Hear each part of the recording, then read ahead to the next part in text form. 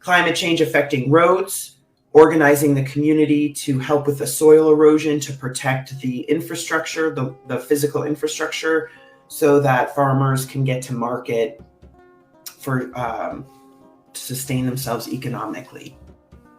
Good. We have a few projects that are actually ongoing now. I want to mention one of them, the beekeeping project that is actually creating jobs and livelihoods for rural farmers, youth, and men.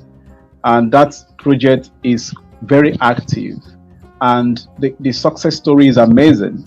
Right, I'm sure you might have come across where you read some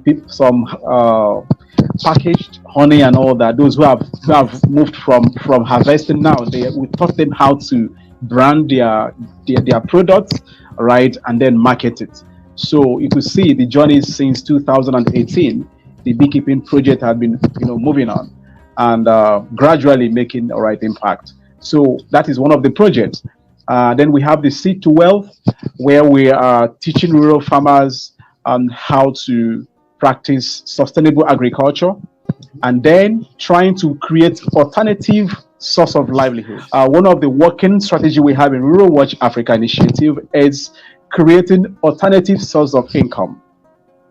Here we are facing the issues of land degradation, climate change, and all that, because there is so much pressure on land base, because there is so much pressure on natural resources.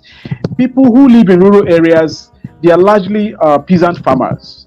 They are those who rely heavily or solely on forest for survival.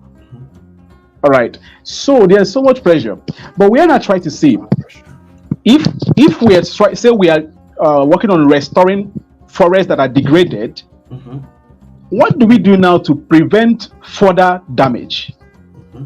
So we said, okay, we could introduce them some skills, some businesses, so that when they are not in the bush, they could be in the market, they could be where they have learned skills, doing some sort of, so the land that had been restored could have some time to, regenerate, come back alive. Mm-hmm.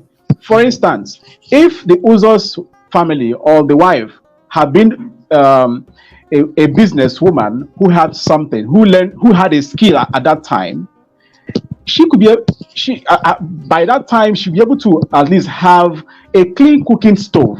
Remember what led to that incident? Because they were using bad kerosene, and in an era where we are talking about climate change impact or carbon emission, they are still using kerosene and faulty cooking stove because they couldn't afford clean gas or clean energy.